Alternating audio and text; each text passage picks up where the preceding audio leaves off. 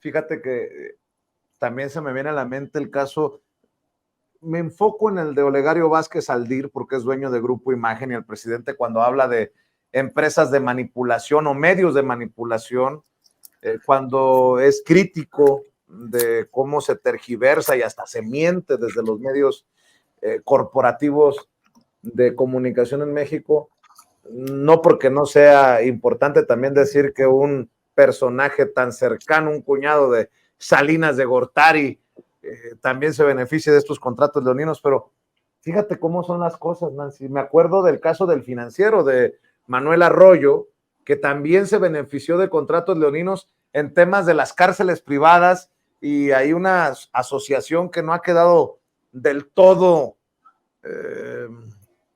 clara con Genaro García Luna, que hasta le hacía estudios informativos con su empresa a Manuel Arroyo, el dueño del periódico El Financiero. Pero a ver, vamos a decir las cosas como son. Olegario Vázquez Aldir, el dueño de Grupo Imagen, es uno de los personajes que más se ha beneficiado con esto que tú estás destapando. Y desde las pantallas de Imagen TV se ha manipulado.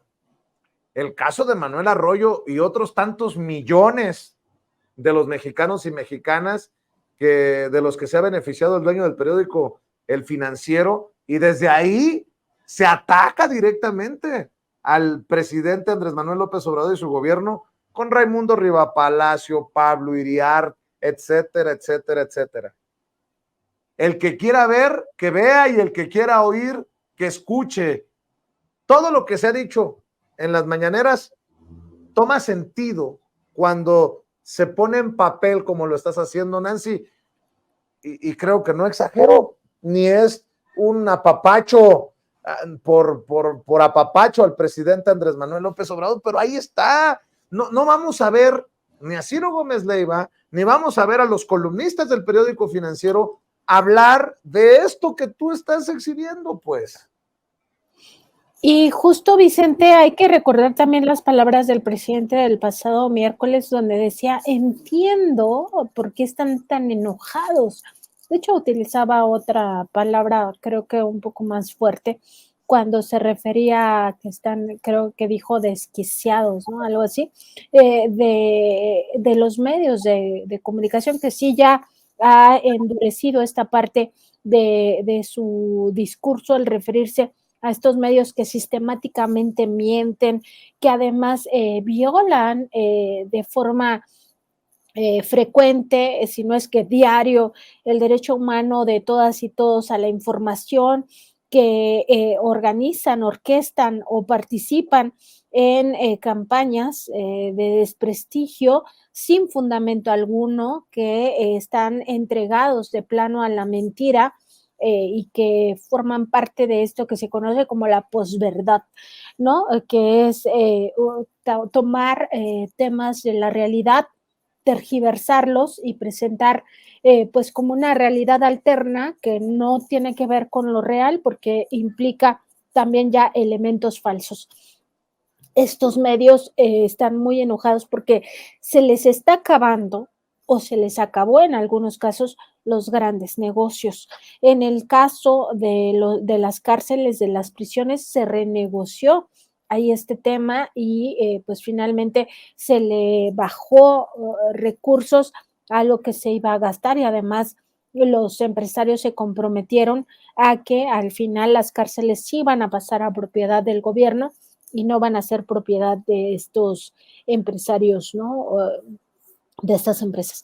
Y en el caso de los hospitales, pues el presidente dijo, aquí sí, o sea, no se les va a expropiar, pero tampoco se va a permitir que sigan robándole a la gente. O sea, ya es un descaro total en un tema que es muy delicado, que tiene que ver con la salud de los mexicanos, las mexicanas, y que además implica un sobrecosto de 88,000 millones de pesos. Es un sobrecosto escandaloso. Si esto lo hubiera pactado el presidente López Obrador, bueno, ya estarían diciendo que las empresas son amigas de sus hijos, que las empresas son, no sé, inventándole cualquier cantidad de cosas. No, esto pasó en el pasado. ¿Y por qué no es noticia, Vicente? Pues porque justo hay empresas de medios de comunicación involucradas en esto. Y recordar también que el propio presidente López Obrador, en uno de sus discursos más duros contra estos medios de comunicación que hacen negocios ilegítimos, negocios inmorales, negocios injustificables a costa del dinero del pueblo de México, como estos 9 hospitales, dijo el presidente, eran utilizados los medios para golpear, para presionar por esos otros negocios. ¿Y qué pasa con la prensa cuando se hacen este tipo de críticas? ¡Ay! Ponen el grito en el cielo de que ya está vulnerando el derecho a la información, está vulnerando la libertad de expresión, está vulnerando derechos humanos, cuando en realidad lo que está haciendo es desenmascarar a estos empresarios que caían en estos vicios corruptos que se permitieron en gobiernos pasados. Si tú formas parte de un acto corrupto, el gobierno es la parte A y el empresario es la parte B, porque solo el gobierno se va a ver como corrupto si hay 2 participantes. Pues claro que son conscientes, que eso no tiene nada que ver con supuestamente el concepto de socialmente responsables, de apartidistas, de que no tienen nada que ver con las campañas de desprestigio, que ellos no inventan, que no tergiversan.